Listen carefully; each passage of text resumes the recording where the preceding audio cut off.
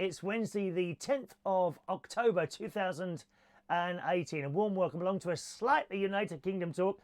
The picture's gone off. Never mind, come on that one. There we are, that's better. Oh, I thought we were going to have to do radio then. Not this is the first time I've done radio, do you? We could do radio if you... Would you prefer not to see the face? I don't mind if that's what you want. We did try and do a start earlier, but the picture and sound was stuttering. And this is caused by the Windows Auto Update thing, which I've yet to find how to turn off. Since Windows 10, we all seem to be stuck with this damn Windows 10 update, which downloads and updates when it wants to. It used to happen where you'd get a little notification that said, update available, do you wish to download now? And of course you wouldn't, you know, you'd wait until the show had finished and then you'd do it after that. Now it does it all automatically. And while it's doing it, for some reason, it doesn't happen at home actually on the main computer I've got at in Berkshire. But certainly on the laptop that I use here, whenever it does it, it's just a pain because everything starts stuttering and everything, and then you realise what it is. So you literally have to do the update before you start the show, and that's the only way around it, I'm afraid. So sorry about that. We did try earlier. Are you ready for the nice weather? Huh? Already the sun has come up. You know, I took a little video this morning. I've been taking some videos. Look at a little video this morning, around about 8 o'clock it was, and the sun was coming up just over. It had risen. It wasn't just. It was already sort of, you know, low in the sky, and it wasn't at its full brightness. Now at that point, you can get a decent picture of it. Once it's got light to its full brightness, a little bit like one of those fluorescent bulbs turning on, I suppose. Once it's got to its full brilliance, if you're just using a phone and not like a specialist camera with a lens and a filter, I haven't got anything like that. My brother-in-law's probably got that stuff. Then you can get a decent picture. But once it's full brightness, if you're just using a phone or something like that, you've got no chance at all. Anyway, so I'm looking forward to the weather today. Loads to do. Let's just say hello to some of you this morning. Look at that. First message of the day comes from my nephew, Gary Butler. Good morning, Gary. He's coming round in about, what's the time now? About an hour and a half or so. About an hour. We're going to have a haircut today at H's.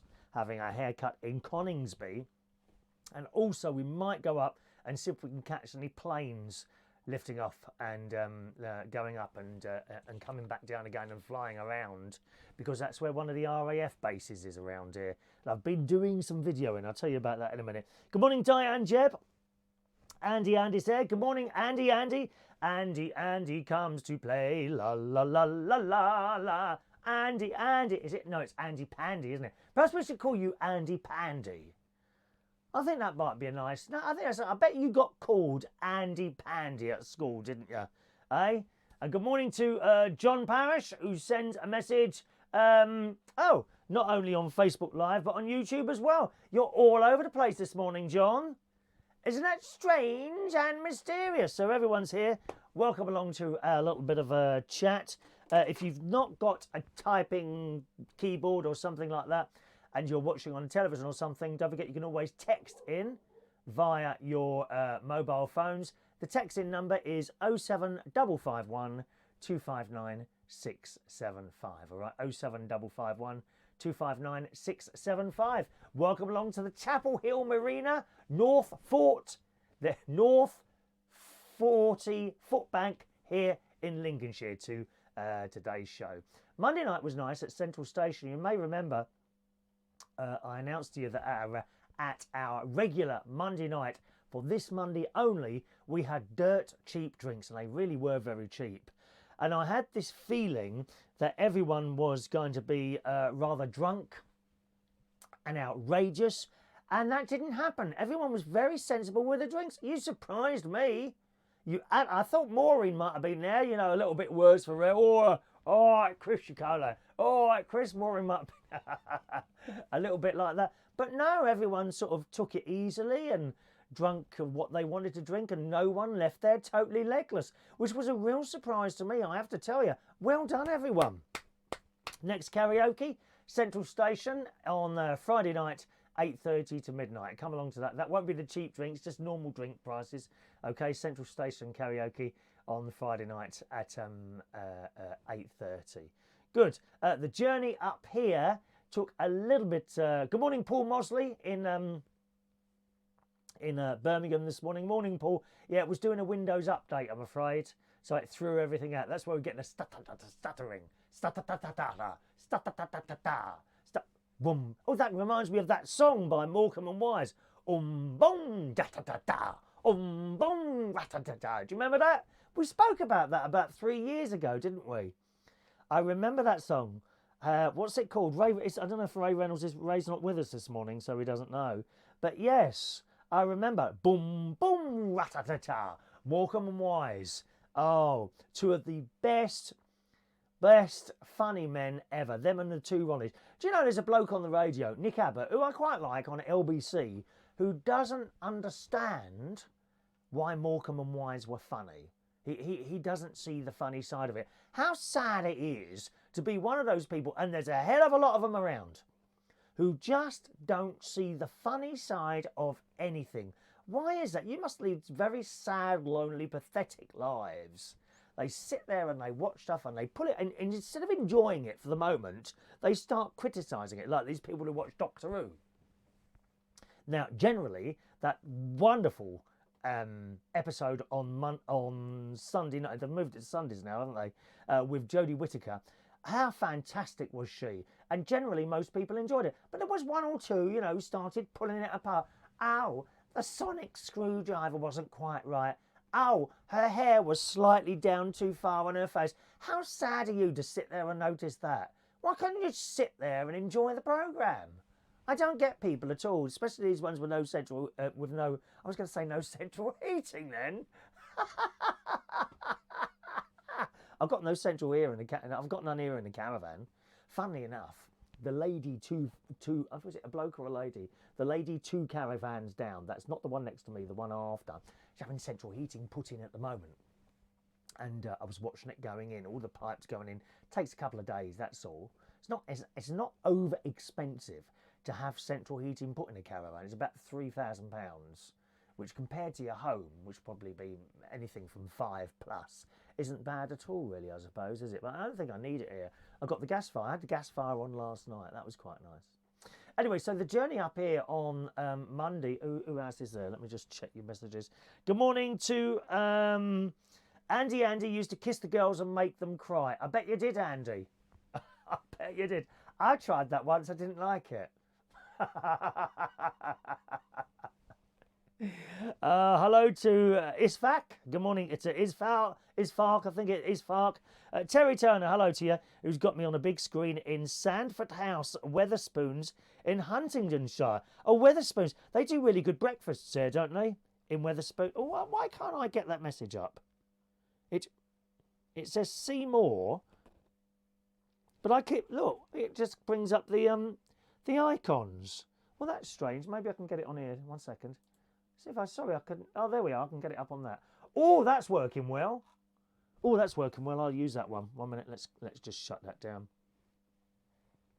The message systems are all over the place at the moment. I don't know why they're kind of not working too well. I think the people that provide the message systems are working on it. But yes, there we are. Where are you, Terry? Let's find you. Oh, it goes from bottom to upwards, does it? Oh, okay. Good morning, Chris and gang. I've got you on a big screen in Sandford House, Wetherspoon in Huntingdon, while I'm enjoying 2 fried eggs, bacon, 2 sausage, baked beans, 3 hash browns, mushrooms, tomato, 2 slices of toast, and a mug of tea. And I bet that's like £4. How much is that in there, Terry? They do damn good deals, don't they, in Wetherspoons? All their stuff is like really cheap and it's reasonable. Nothing wrong with it. The only thing is in the Wetherspoons, I don't think you get any entertainment whatsoever, do you? There's no disco, no karaoke, no quiz nights. Not that there's anything wrong with that. Some people don't want that. They just want to go to places and have a quiet drink. I've been to a couple of unusual Wetherspoons, actually. Some of them seem to be unusual places. Now, there's a place in southeast London, and it's massive, and it's an old cinema. And they turned it into a Wetherspoons. It's a few years since I've been there, I must say, but where the screen would have been at the back, that is just one long, massive bar. And there's a hell of a lot of tables and chairs in there. And I think on this particular night, and I'm going back here, oh dear me, 12 years, possibly more than that. But there was an old bloke, bless his heart, and he was like proper old school, like a pinstriped suit. And he didn't look very happy, but anyway, he was obviously trying to set up some sort of entertainment. I think he was probably doing a quiz night.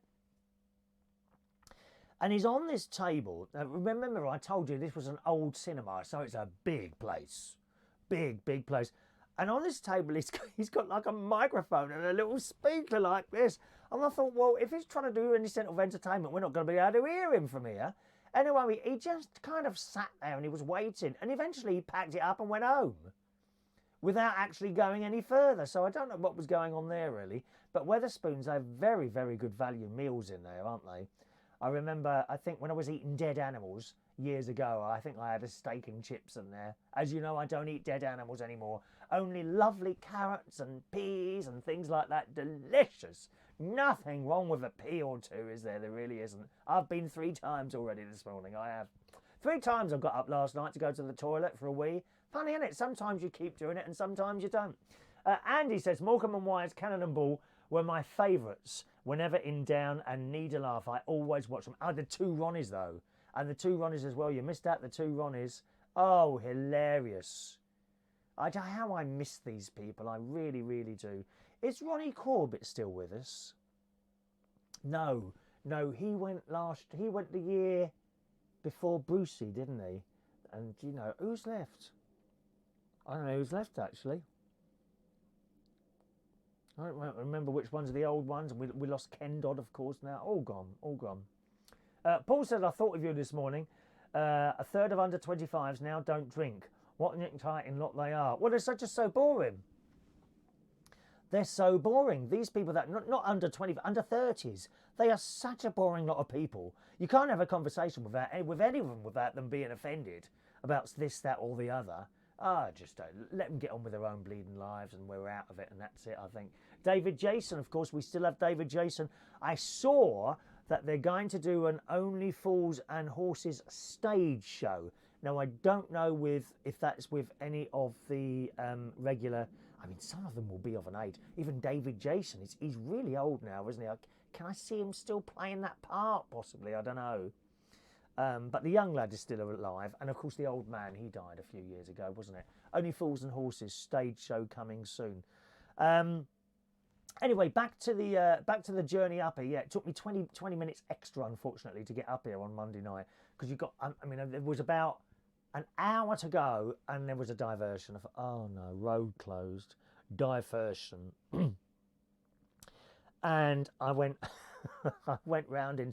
I'm not good on diversions because they either don't put the signs out correctly, or you'll have several roundabouts on the journey, and some of them won't have signs on them. You know, so you'll have diversion and an arrow pointing at that road. I get that. I can follow that. But then you follow it down and then there's a roundabout and there's no diversion sign on it. Well, which one do you bloody well want me to take? They don't tell you properly. It's so annoying. And I ended up coming back down and up one road twice. And of course, out here in the country, once you've gone on a dual carriageway, it's a long way before you come to a roundabout. It can be 20 miles. So it took me about an extra 20 minutes to get up here due to the I hate diversions, don't you? It's so annoying. Paul Whitehouse is playing the granddad. Oh, what, on the stage show? Is David Jason going to be in it? David Jason going to be in it? Do let us know. Terry Turner, £6.60 for all that breakfast. That's not bad at all. I've seen breakfasts advertised for £8 or £9. Isn't that quite a lot to pay for a full English breakfast, do you think? Eh? Something like that. I'm sure Wetherspoons, they probably do have a vegetarian option there, don't they? I bet they do. Yeah, you get good value in there. Good on you. Good on you. So 20 minutes extra to get here last night. Yesterday, I went out and did some videoing. You don't call it filming. I still call it filming. Some videoing with my iPhone, because I'm trying to create a new opening. You know, my 5-minute video at the opening. Some people, not lots, but most of you know why there's a 5-minute video at the opening. That is to allow people to join us before we actually start the show. Otherwise, I'm sitting here talking to myself. Actually, looking at the numbers today, looks like I am this morning. But that doesn't matter, because I'm enjoying myself. Don't care. Don't care. I don't mind sitting here talking to myself. But that's the whole idea of that. There is another benefit to having a 5-minute video, and that happened today. Now, if there's anything wrong, then I'm monitoring that video, okay? And this morning I noticed it was stuttering, wasn't it? Which indicates to me that there's something wrong. So without actually having told you any stories or anything, I know that something's gone wrong and I can sort it out and restart the thing. If I'd have just sat here talking, it could be hours before I realise there's something wrong. Paul says, I've read that one already this morning, haven't I? Sorry. David Jason isn't going to be in the stage show. Oh, that's a shame, but I'm sure it'll be very good. So that's the reason for the opening videos. Number one, to give everyone a chance to join before we start. And number two, an added benefit is that if there's anything wrong, I should note it. It will always be there at the beginning, you know. Generally, you know, if something wrong, then I can sort it out and restart, or sort it out before I actually start. This morning it was a case of waiting for the Windows update to do its thing, then shut down, restart, fire it all up again, and here we are. So that's the reason for that. All right. So I went out doing new little videos yesterday, and so far I've got swans, I've got cows, I've got countryside, I've got river, I've got boats, a church, a castle, and of course the caravan. So the idea is that 5-minute video I'll only use when I'm at the caravan. And I'm still working on that at the moment. Today I'm hoping to get some RAF planes, and if I can find them anywhere, you know, the wind turbines. Now they have got them in Skegness, and I'll be going for our regular. I go with my sister and her husband and myself, and we go for a Wednesday night trip to Skegness every week now, where we go to the chip shop, we have fish and chips. We're joining a bingo hall tonight. So we're going to play bingo. We walk up along the coast, and it's just nice. It's just nice. Now, out in the sea there, they do have a lot of wind turbines, but you can just about see them with the naked eye. Again, with a proper expensive camera, you could probably zoom in out there and you'd get them. This is all done with an iPhone. You can only zoom in so far, and frankly, they're too far away. So possibly this afternoon or this morning when we've had our haircut, myself and my nephew, I think we might go and see if we can locate any wind turbines and get those on the video, and that will be the new 5-minute opening video, which I'll work on. It's just like, these things take a couple of weeks to sort out. I won't be able to do it next week, of course, because I'm on holiday in Las Vegas. America. America. Very much looking forward. My nephew's getting very excited. Very excited. And he's meeting us on Monday. So my nephew will be coming down to the karaoke at Central Station on Monday. So you'll be able to meet him when he comes down there on Monday night. And I was concerned about him carrying his case and his holiday money from King's Cross Station to Central Station. Now, if you know the area, you'll know exactly what I mean by that. It's not the best of areas. You know, you don't really want to be walking down with loads of expensive stuff, and you certainly do not want to be getting out your phone on that little walking trip from the station to the pub. And it suddenly dawned on me the other day, why don't I take his case and his money from here to my house? You know, when I go home. So that's what we're going to do. I think he's going to give me his case and his money on Thursday night or Friday morning, and I'll just take it home with me, and that sorts out the problem. And similarly, coming back, he'll be getting a train back here. And I said, well, don't carry all your blooming clothes and everything. You know, just leave it in the case. I'll bring it up there the next week. And that kind of works out and makes sense, doesn't it? Good.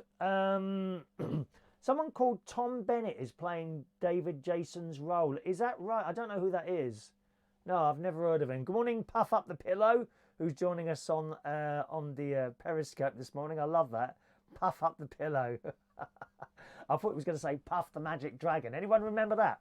Puff the Magic Dragon lives by the sea. Do you remember that programme? children's programme, HR Puffin Stuff. Now, was that a dragon? Was that a dragon? HR Puffin Stuff? I seem to remember that. Oh. What was it? That's got to be going back to the 70s, maybe even this. No, it was the 70s, 80s, or just 70s? No, I was a child. It must have been the 70s. HR Puffin Stuff. Anyone remember that one? That used to be good. I enjoyed that as a child's programme. Anyway, so I did my video. Then I went round. Good morning to Robert. Welcome along, Robert, to our little morning of chat that we do every day. Near enough every day, anyway. After that, I went to the Woodall Spa post office to collect my dollars. Yeah, you got dollar. You want dollar. I'm thinking of rude things in my head that I will not say at this time of the morning. I'm sorry. What you want? $10. $10. Kissy, kissy, $10. Except it's not kissing, is it? No. Kissy, kissy, $10. I'll give you $5. Kissy, kissy.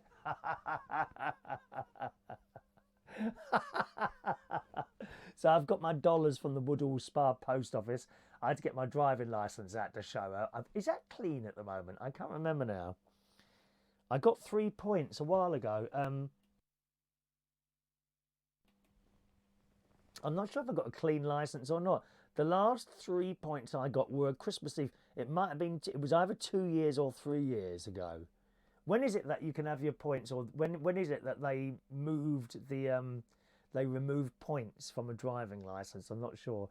Robert says he hasn't talked to me in months. Well, it's all about having a fun, Robert. You know, I don't do anything too serious. We don't. I like to send myself up more than anyone else. That's great fun. I do like to send myself up. When are you going to sponsor me to move to the UK? Never. Why? What can you offer the UK, Robert? Whereabouts are you, sir? Do let us know. All right. So that was it. I got my dollars, came back here, had some lunch, had a little bit of a sleep. Then I went over to my nephew's house, and his wife cooked me, and totally unexpected, a lovely Quorn cottage pie. Now, Quorn is like a meat substitute. I don't eat meat. And she did, it was absolutely delicious. I have to tell you, I had carrots and peas and like onion gravy in it. Oh, Quorn cottage pie. It was quite large. She said, well, you'll have 3 meals there. Don't think so, mate. two meals, and one of those was very... So I had 2 lots of that last night while I was sitting there watching the telly.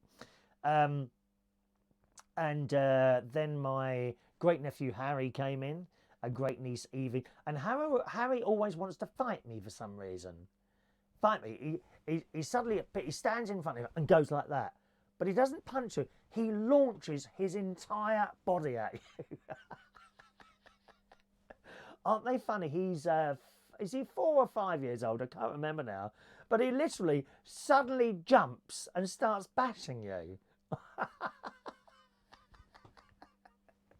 So that's Harry. But eventually I managed to roll him up in a mat, like a rug on the floor. So he was laying on the floor, and I rolled him up in this rug, and he's shouting, help, help, help. I said, no one's going to help you, so I give it a little kick. You know, the child cruelty people now are probably watching this programme and on their way here right now. I rolled up my great-nephew in the carpet and left him on the floor. Anyway, he got out of that. Then I rolled him back up again, and I dragged him across the floor to, because of course he couldn't see now, dragged him across the floor to another part of the living room. So when he got up, he said, how did I get here, sort of thing. Anyway, so he got off it, and I went over to the mat and tidied it up, right? And then he went over to the mat, I said, and untied it. I said, you did that. No, you didn't. You did that, Chris. And with that, right, he's untidied the mat and then gone into the other room. Mum, Chris has just untidied a mat with that little face on him that wouldn't hurt a fly. You know, the little button wouldn't melt in your face, mouth. What a little liar. He has. He's gone into... Mum, Chris has made the mat all untidy in the little room, in the living room. I thought, you cheeky little git. So I tidied it up quickly. Then when she looked, of course, it was all tidy. So she's gone back in there. He's gone straight over to the mat, untidied it again, and gone back up. Mum, Chris has untidied the mat again. I've just tidied it up, Mum. With that face. You know the face that they do butter wouldn't melt in their mouths. Pfft. Having a laugh, ain't you? Dear me. Robert says, joking about the sponsor, but seriously, how whacked this country is. You're absolutely right. Arizona. This is just as bad here in the UK at the moment, Robert. No one knows what anyone's do. We've got no one really running the country. Theresa May's doing her best, but the Conservatives are tearing each other apart. The Labour Party are tearing each other. It's becoming very... I'm going to use a word now that I've never used on this programme. Are you ready? You're going to be impressed with this. You're going to be so impressed with this. This country is becoming fractious. Fractious. It's like splitting up into lots of little pieces. You've only got to look at Facebook and Twitter to see how fractious and fragmented society is becoming here. It's not. I don't think it's good. Well, when you look at the people in North Korea, okay, they've got a lot of poverty and that. And if you step out of line, was it his uncle, old Kim Jong Jong's uncle, that upset him or something? So he put him up against. I shouldn't be laughing at this. So he put him up against a wall. He didn't shoot him. He fired a ballistic missile at him. It's not funny. It's not funny. He fired a ballistic missile at his uncle because he pissed him off. Is there a video of that anywhere? No, I can't be watching that. You know, but when you look at these programmes on the telly about North Korea, and we've had a lot of holiday type programmes, everyone seems to be together. Do you see what I mean? Everyone seems to be together. At least that's the impression that the TV programmes are giving us. Where everyone seems to look after each other and everyone's got an eye out on each other. And I don't know if that's a better way of doing it. Oh, well, they could do with a bit more money and a bit more food and all that. But over here, and certainly in America as well, society is, I don't know about the European countries, society is becoming terribly fragmented. Everyone's rowing with everyone else. I put a lot of it down to Twitter and Facebook, to be honest. I really do.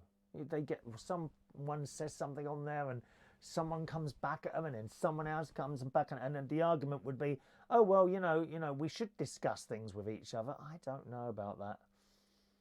It's becoming very, very fragmented, everything. As I say, I think Theresa May, for example, our Prime Minister, she's got a bloody tough job. She can't, whatever she does, she cannot please everyone. And there's all these little groups and that going on. And the Labour Party are exactly the same. You know, there's all these little groups on the outside trying to get in and take power and that. And we've got the whole Brexit thing going on. You know, I don't mind telling you, I did vote to leave. I voted to leave because I don't want to be ruled by another country. But certain people would say that I was racist because of that. I never mentioned that no one should come to this country or anyone should be sent home. All part of one thing. I never said that. Oh yeah, but you're racist because, and they don't listen. Nobody listens to your reason. They've got their thing in their head, and this is the other thing. They've got their thing in their head, and because you don't agree with them, you are evil and you must die. I don't know how we've got to that point. I really don't. But the whole Brexit thing, that's splitting people up left, right, and centre. And even if you had voted to leave, but we want to leave, but we don't want to leave like that. We want to leave like this, and they want to leave like that. And oh my God, what a mess! What an absolute mess. And then other people would say, oh well, we should have a second referendum. Well, no, because if you have a second referendum, you are really going to upset the people who voted the first time around to leave. And this cannot, I don't see how this can be resolved. I really don't. And it will go on for years and years and years. It's shocking. It's shocking. Robert, sorry, just a moment. Where's Robert? Oh, hang on, Robert. I can't keep up with you there. You've got a lot of messages there. Tripped over my dog's leash and broke my hip. Oh, really? Otherwise, I would have run there. It's back to the 60s in the US, apparently. Do I want a dog? His name's Shelby. No, I don't want a dog. Her name's Shelby. You pay for shipping.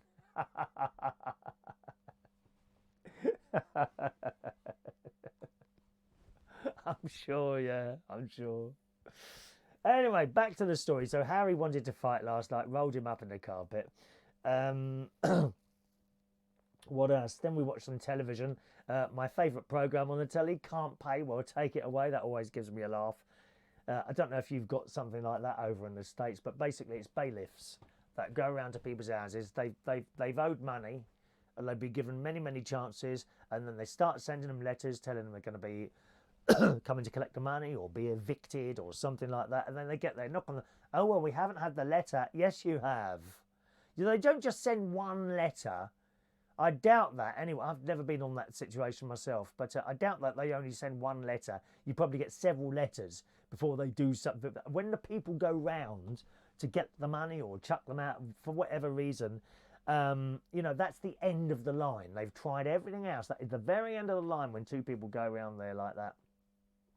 And a bit worrying, really. I hope that never happens to me. I cannot imagine the what it must feel like to have two people turning up at your house like that and demanding that you leave. Just frightening, it really is. Really is. So that's it. Came back here, watched Holby City in front of me gas fire, which was very nice. Went to bed, got up this morning, and I opened the door to the caravan, and the sun was just there. And I thought, wow, that's going to make a lovely picture. So when I do an opening video for down here, the first part of it will be what I took this morning, the sun just there. And as I said right at the beginning of the show, it hadn't got so bright that you couldn't photograph it, and I just put the camera there. Actually, I had it on. It's all very temporary. I had to put a table outside and lift it up because there's like a low fence, and I didn't want people to see the fence. And I put it up there, and I just left it running for about a minute. Beautiful sunrise this morning. Really, really nice. Okay, don't forget to send your messages in, boys and girls. I'll read them out. Good morning to Roy Brownlow this morning. Morning, Roy. You're a bit late today, aren't you? Bit late there. What time is this? Good morning. Let's have a look here on the texting phone. Where is it now? I think Simon Keane sent a couple of messages in yesterday, if I remember rightly. Oh, that's not coming up. There we go. There we go. There's Maureen. Good morning, Maureen. Hello, my darling. All right. She sent this in 25 minutes ago, didn't you? Sorry, Maureen. Tony Blackburn was on Loose Women yesterday promoting his 60s show. Yes, Tony Blackburn is doing a brand new 1960s with artists from the 60s. Now, this sounds fantastic. I have to say, I'm hoping at some point to go and see one of them. If you want to go and see 60s bands, of course they are all of an age. And if you've ever wanted to go and see like a selection of 60s band, now is the time to go. Not being horrible, but they're all of an age and they're not going to be here much longer. Do you see what I'm saying? All right. So perhaps that might be something for you to go and have a look at. If you type in Tony Blackburn's 60s tour or something like that into the Google, I'm sure, thank you for reminding me of that, Maureen, I meant to bring that up, then I'm sure you'll come across a list of where it is. It's all over the country, I think, so well worth going to see that. All right, Simon Keen's there, who says, good morning, Mr. Chop Chop, keep up your dreams. Keep sleeping. Don't you mean never give up on your dreams. Keep sleeping. Thank you, Simon. He says, in reference to the lefties, don't get Theresa May gag, idiots. Oh, there's loads of those. There's loads of those. You just cannot have a laugh with them. You know, that I know what he's referring to here. They had the Conservative Party conference on last week, and Theresa May come on to Dancing Queen because bless her heart, she can't dance. Doesn't matter. You know, I can't play football. I can't paint pictures. I'm useless at art. Theresa May can't dance. And she came on to Dancing Queen and did that robotic dance she does, which I got. And you got all the lefties in the pub. Don't know why she did that. Why was that funny? I don't get it. Don't get it, you thickos. How thick can you be? She's having it's called a laugh. It's called a laugh. And if only a few more people would be out there laughing for some of their lives, what a happier world this would be. Instead of criticising people all the time. Simon says, I bet they're the same morons that want to ban clapping to replace it with jazz hands. Oh, have you seen that one? Have you seen that one? Now, I broke this story, Simon, about a year ago. I saw it in one of the newspapers and I told that story then. And it's come back out again where there's a university, or some of the universities are saying that you can no longer clap. Okay, so if there's been like a speech, I don't know, some really important person at a students' union or something like that. Oh, I'm head of the students' union. Oh, wow, that's fantastic. What do you do? Oh, well, I haven't really got a job yet, but I'm head of the students' union. Oh, wow, that's fantastic. Well done, mate. Well done. Get some cash behind you and then impress me. Do some good in the world and then impress me. Don't tell me you're a member of the Students' Union with these stupid ideas in your head. The latest one of which we're now going to ban clapping and we only do jazz hands. I can't remember the reason, because loud noises upset some people, or autistic people don't like clapping or something like that. Well, fine, if you don't like it, that's fine. Perhaps you can wave your hands. That's okay. We could have clapping and that, but we want to ban clapping and have that instead. Look. So let me do it. So pretend something just happened in front of me, right? And the funny thing is, they don't even smile when they're doing it. Have you seen them? Oh, it gets on my nerves. It really does. Simon says, thank God our soldiers in World War II were not like them. Oh, I can't fit Germans. I'm offended by Hitler wants to invade our land. Where is my safe face? Sergeant Major pathetic. Thank you, Simon.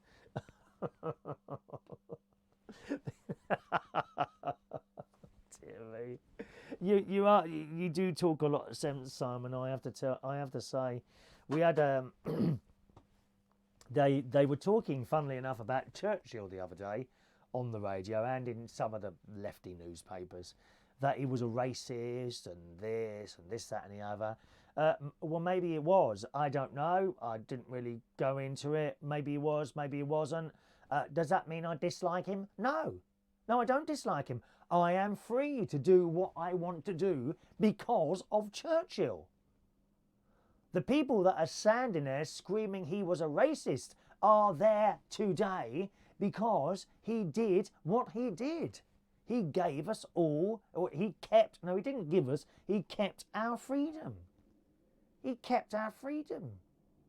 How you can go on constantly looking back? I mean, how far back do you want to go? Do we hate all the people of Norway because they invaded over here? Do we hate the Romans and all Italians because they invaded over here? No, of course we don't. How far back do you want to go? People keep dragging up the bloody past all the time. No one wants to look forward, do they? Oh, God, it gets on my nerves. It really does. Let's have a look here. John Parrish says, hi again. It's been what's playing up again, John? What's playing up? What's playing up? Andy says, I read as well that they want to stop parents cheering on their kids when playing football, as they said it will put them off. How stupid. Oh, you've got to cheer your kids on.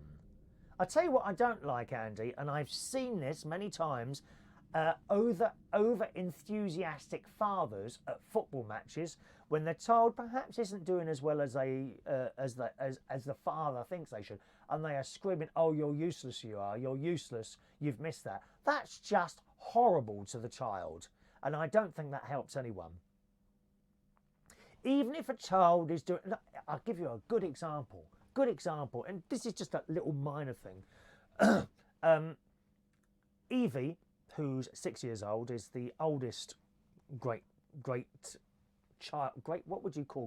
that I've got out of all the nephews and nieces. She's the oldest one, and she can now swim an entire width on her own. Harry is her little brother, about 2 years younger, 1 year and a bit younger. Right, so she proudly announced, oh yeah, I swum that. And I saw Harry's little face just drop down. And he come and sat on my lap last night, this is, just next to me. And I said in a really quiet voice, I said, Evie's done very well. You'll be able to do that. I said, it's only because Evie's a little bit older. You'll be able to do that this time next year. You see what I mean? Because you could see his little face change because he couldn't do it and she could. And it's so important to encourage children. It really is. And if they don't quite make the mark, so what? So what? No need to slate them down just because they can't play football as well as you think they should play. Actually, I'd like to see some of these great big fat fathers run around the pitch the same as their kids can do. They might not be able to kick the ball, but at least they can bloody well run. I can't bear that people being horrible to children like that for whatever. I don't care if you are the parent. I don't care. You've got no right to say to your little girl who's not quite tall enough to get the ball and the netball like that. Oh, you're useless, you are. That's just horrible. Bully. Let's have a look down here. Good morning to Abdul. Good morning, Abdul. Welcome to our little show this morning. Let's have a look there. Joanna's. Oh, what's coming up here? Oh, it's all coming up in one place now. That's good. Good morning to John Paris. Says it's what's playing up, John. Do let us know. Joanna's very late this morning. Come on, Joanna. Where have you been doing? Have you been doing some cooking or something, my love? Or have you been going jogging? Perhaps you've been going jogging, have you? Have you, Joanna? You're very, very late this morning. Hello to Jerry Cashmore Smith. Good morning. Who's in rehab at the moment. Oh, good. I hope you're getting better now, Jerry. You're out of the hospital at last. I'm glad about that. Robert says, I'm a lover. I never looked at people differently until Trump. Yeah, you're probably right there, mate. Let's have a look there. John, no. That's that. So we've done that. Robert's still with us. Okay. John, what's playing up? My setup. No, it's all working now. It's all working now, mate. It must be your end because no one else is complaining. Has anyone got problems with the reception today? Do let us know. Okay, don't be shy. Do let us know. Let's do some news stories for you. Now look at this. How many of you hate ironing? I hate ironing. My sister does my shirts. You know, not for nothing. I have Asian to add. I have to pay her, but my sister irons my shirts now. I used to have a lady in Bracknell do it, and I said to my sister, because she's always looking for a little bit of work and a little bit of money. So I said, well, you can have the job of doing my shirts if you want. So she does them now. But I've come across this story in the Daily Mail this morning, and it says, if you're short on time but in need of a freshly laundered, well-ironed clothes, there's one simple trick that doesn't require an ironing board and hours on end. Now, I do know, ladies, and some of the boys as well. I know some of you iron, and I know some of you iron for ages. My niece, I think it was her. She likes it. She likes ironing. She finds it very therapeutic. Now, I know my mate, he irons a sheet. I don't iron sheets. Well, I don't iron anything. I haven't done for years. I certainly have I don't think I've ever ironed sheets, maybe once or twice. I don't see the point of that. You get into bed, they're all creased again. What was the point of ironing them in the first place? Madness. Anyway, it says, best of all, this trick doesn't cost a penny. Now, I don't know about this. It involves a tumble dryer and ice cubes. Ready? Roy says there's a fuzzy face on my reception. Must be the bum flap. That is not bum flap. That is hard. If you do listen, I don't know if you can hear this. Can you listen? Maybe not. Maybe not. You can't hear that, can you? That is proper beard. That is. I love you. No. Robert says I hate ironing. My ironing lady is called Dahlia's Dry Cleaning. I hate ironing. That's why I don't do it.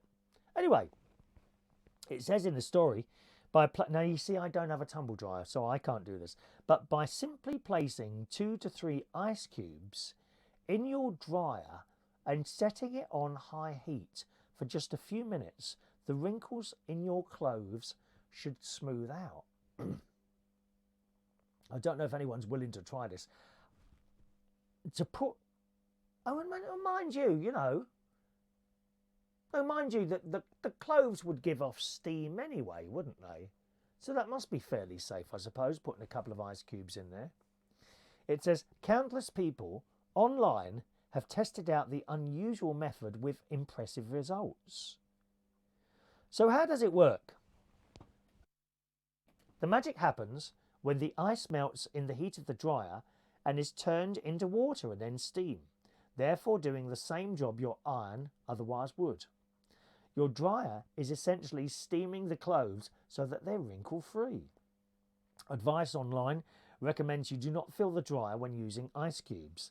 Something like a couple of shirts or perhaps a shirt and a pair of trousers are good options. Well, that's not much to put in there. I don't like to put a machine on unless it's, you know, fairly full up. You're just throwing money away there, aren't you? It says there are other ways to help you avoid the ironing, include hanging them up as soon as you get them out of the dryer. This will help you take advantage of them being warm and stop them becoming scrunched up in a pile somewhere. Have you got a bedroom like that? Have you got a floor drobe? Do you know what a floor drobe is? Do you know what a floor drobe is? It's like a wardrobe, except you just chuck it all on the floor. That's a floor drobe. Have you got one of those?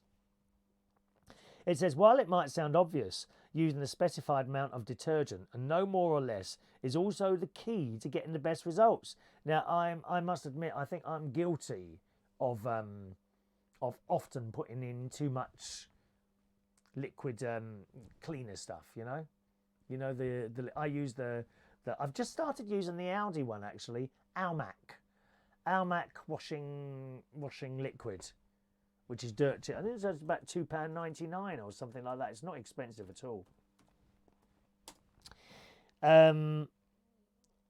Others swear by using a hairdryer as a steamer so that they never have to iron.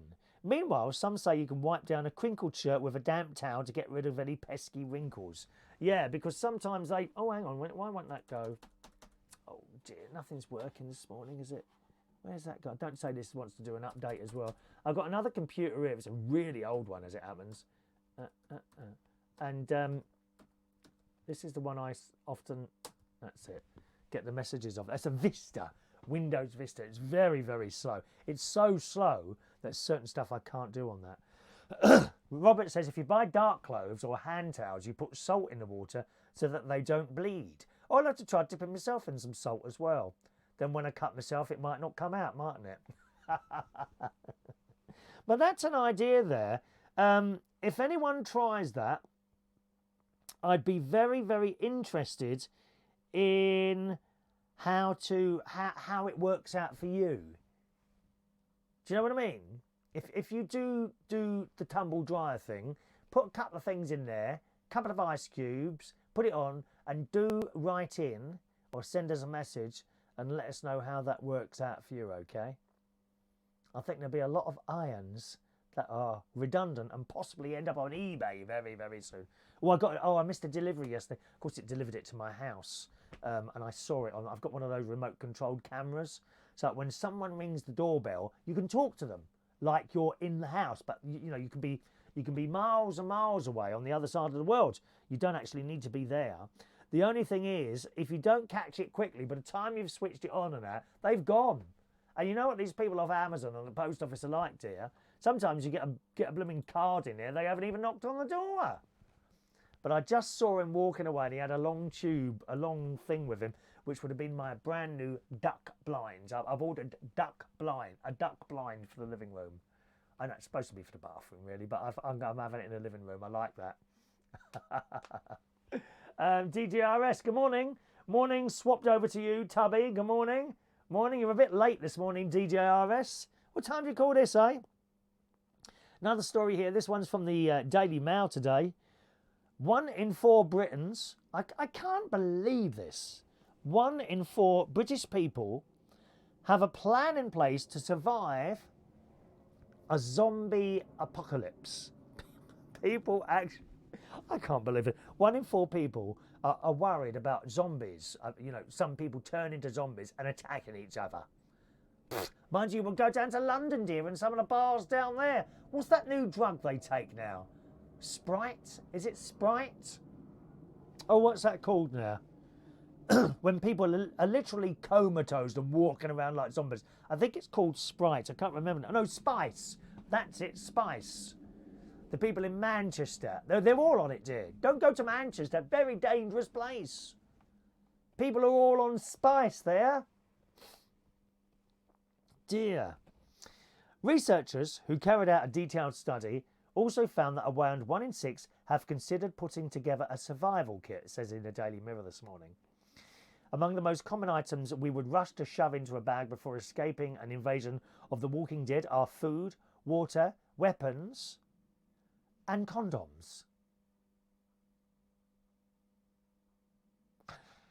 A first aid kit and tampons also made the list of items, along with water bottles, torches and matches. The bad news is, despite being in the advanced stages of preparation, close to 1 in 10 believe that they may only be able to live for a week in a apocalyptic world. Most believe it will all kick off in New York, with London second on the list. Got to get out of New York and London, everyone. Come to the caravan. We're going to have a big party here.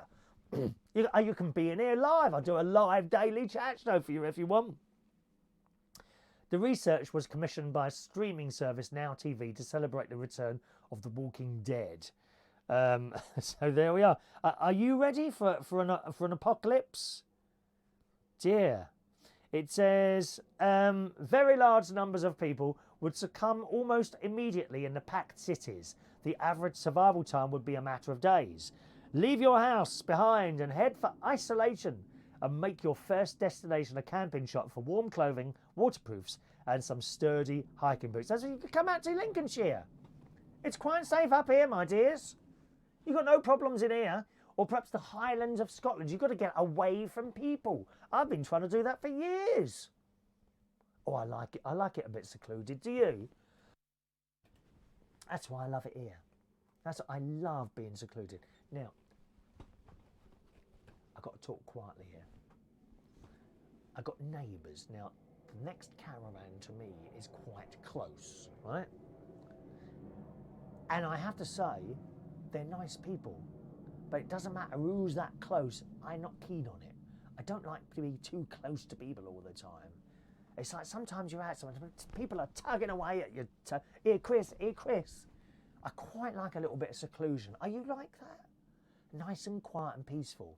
Now, after the show today, if my nephew doesn't come, I think he was coming about 10:30, 11 o'clock, I'll get a cup of tea and I'll just sit on the veranda quietly, all on my own, looking out onto the field. Oh, lovely.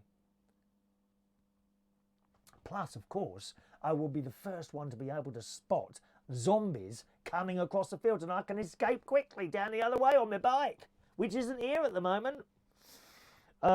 It says, with respect to weapons, I suggest relying on your own ingenuity and resourcefulness, fashioning what you need from metal pipes or nails. The study of 2,000 Brits also found the average adult believed they could evade a zombie bite for just over 9 weeks. They eat you, dear. They eat you while you're still alive. That must be very, very painful. I don't like the idea of someone chewing away on an item of my body. Anywhere. Nothing worse when you catch the teeth is... Oh, sorry, that's another subject. So there we are. It also says you need to buy iodine tablets to purify the water once the taps run dry. There's no point in surviving a zombie attack if you're going to die from a waterborne disease, which is probably just as bad. Some of those diseases are terrible that they have in other countries like Africa, isn't it? You know, where all they're doing is drinking the water, and they get like cholera and diphtheria, is it, or something like that? It's called. Terrible. Survival hacks with everyday items. A plastic bottle must become your new best friend. If it's summer, disinfecting drinking water by simply leaving it in the sun for a day. Oh. Well, I didn't know that. You can disinfect water by simply leaving it in the sun for a day. It can become a regular part of your routine. The UV rays will kill any germs. A handy trick known as solar disinfection. Did you know that? We've learned something new this morning. Learned something new. Look at that. And now, what you may have thought I mentioned tampons then for the right reason. Well, no. This is the reason. An unravelled tampon makes an ideal dressing, presumably not one that's already been used. Oh, God. I'm sorry, girls. An unravelled tampon makes an ideal dressing to stop a wound bleeding, and it's perfect kindling for starting a fire. What about the condoms? You know, because we don't want babies being born in this sort of era, do we? None of that going on. A condom can hold over a gallon of water. Don't let it rupture in your bag. There's nothing worse than a rupturing condom, is there? There really isn't. Yes. Chapstick, Vaseline and hairspray, all great for helping you get a fire starting in difficult conditions. A chapstick for helping get a fire started, really? How's that work then? Oh, I'll have to look that up. Once the refined fuels have disappeared, cars can actually be run using wood as fuel. The process is called gasification and was common in World War II. Really? Well, how do we do that then? Surely you can't do that. I can't see my hybrid running on... Where do you put the wood? Do you just shove it in the tank and sling a match in there or something like that? Well, I don't know how that works. I think we're going to have to look some of this up. So starting a new community, leave your house and head for isolation. There you go. Here we are. Chapel Hill Caravan and Marina. That's where you want to be. Get out of the city. Not only will they have the highest concentration of roamers or Ramonas. It is true. Roamers and Ramonas are all in the city. Urban areas simply won't be habitable once the technology disappears. Yeah, that's probably right, actually. You know, and that really is. But I could survive here without any internet. I could. Don't need it. I wouldn't be able to do these shows without television. Yeah, probably. Yeah. I think what would happen if we didn't have television, internet, telephones, I think we'd probably get up earlier in the morning and go to bed as soon as it gets dark. Isn't that what they used to do when we had when we were cavemen and women? Isn't that what used to happen? We'd get up when the sun comes up, go to bed when the sun comes down. I'm sure that's what would happen. Wouldn't necessarily die, certainly not out here. I suppose I would learn to grow my own stuff. I mean, I can. I used to grow tomatoes. I've grown carrots, tomatoes, peas, runner beans, that sort of thing. You wouldn't have any processed food though, would you? If you know, corn flakes, for example, wouldn't exist, would they? Cornflakes wouldn't exist. Porridge, oats wouldn't. You'd have to make it yourself. That'd be very different, wouldn't it? If we had an apocalypse. DJRS says, I've seen a few zombies in the station bar mumbling karaoke, Central Station mumbling karaoke songs. You're right. I'm one of them. He also says, you see, you're already turning into a zombie. Or is it you getting ready for Halloween? Oh, at least I won't need a mask, will I? Sprite is a fuzzy drink. Oh, sorry, it's not. No, it's Spice, isn't it? Spice was those drugs that people are doing now. Spice. Very dodgy stuff. Robert says I'm a happy all-round guy. I try to be. I try to be happy, but let me tell you, if I'm ever depressed, and I don't get it really now. I used to get it. I had depression for about 20 years. And then I went to see someone about it, and she sorted it out. I can't tell you what, I didn't take drugs or anything like that. As in, when I say I didn't take drugs, what I mean there is the lady who, she was a beautiful lady, I must say. The lady who helped me with my depression, she didn't give me any pills, no drugs. No, that was just talking, that's all it was. And I can't really tell you exactly what she did. All I know is that was 2 years ago, and that sometimes I'm upset, but I don't go into the terrible depression that I used to suffer. Oh, it was awful. Let me tell you that. But anyway, that's another thing. So we must. If I was, I wouldn't let you see it. You see, I'd still sit here smiling and happy, and then the camera would go off and then I'd sit here and cry.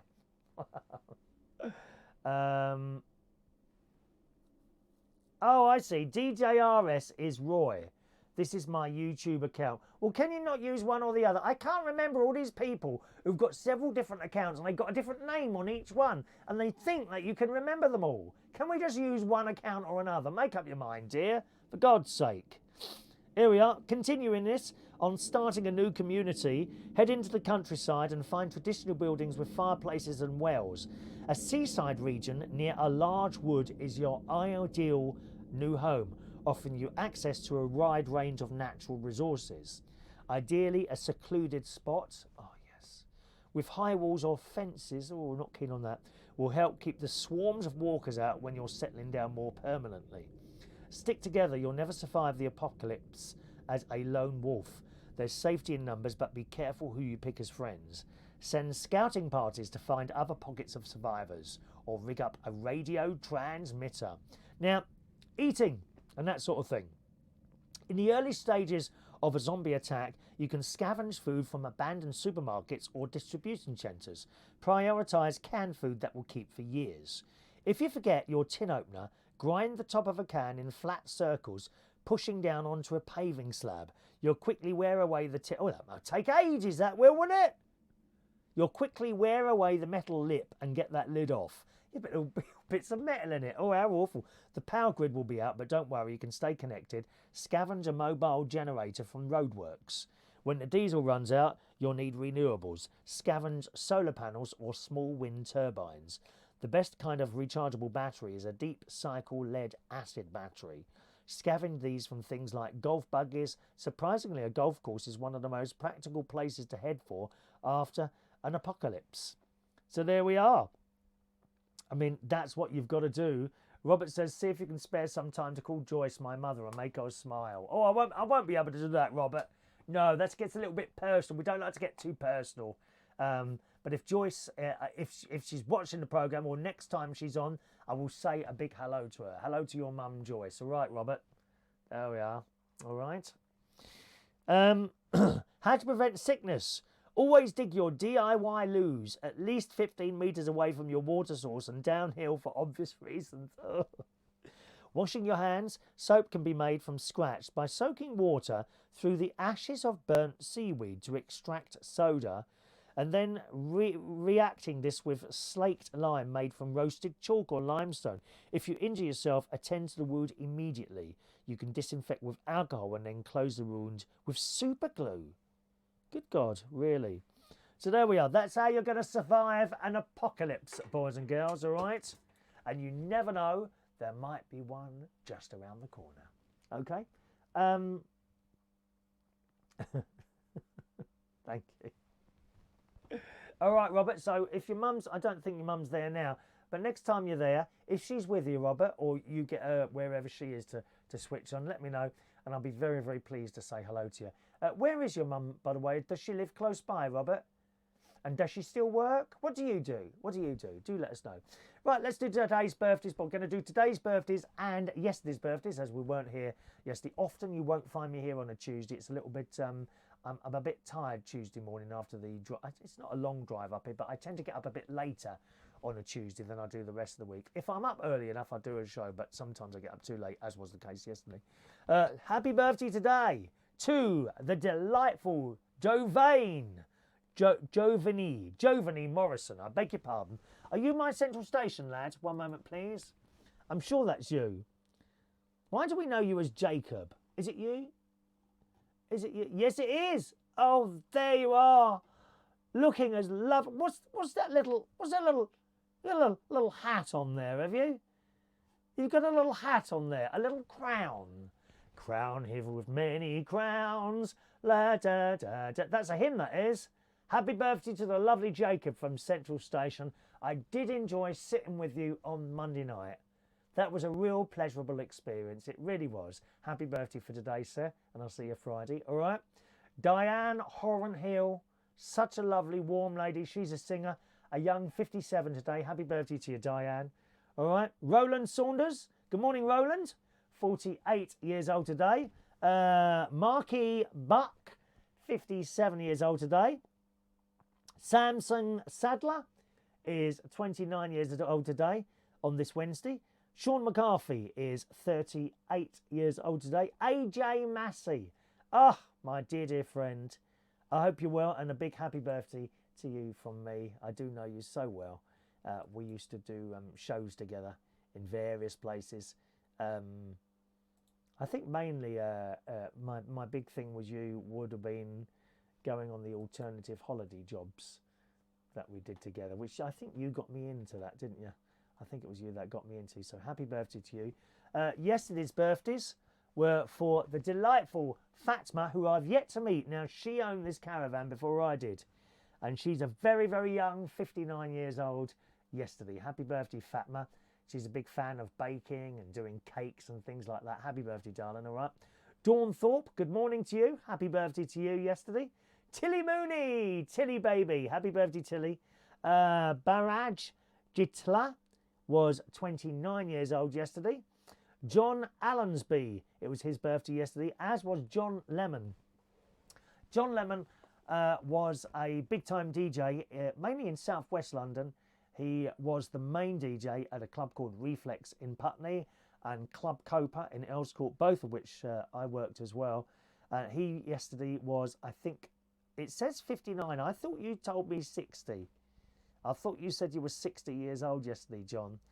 And I've got great memories of him playing Kylie Minogue in Reflex in Putney, and then we'd all go to trade afterwards.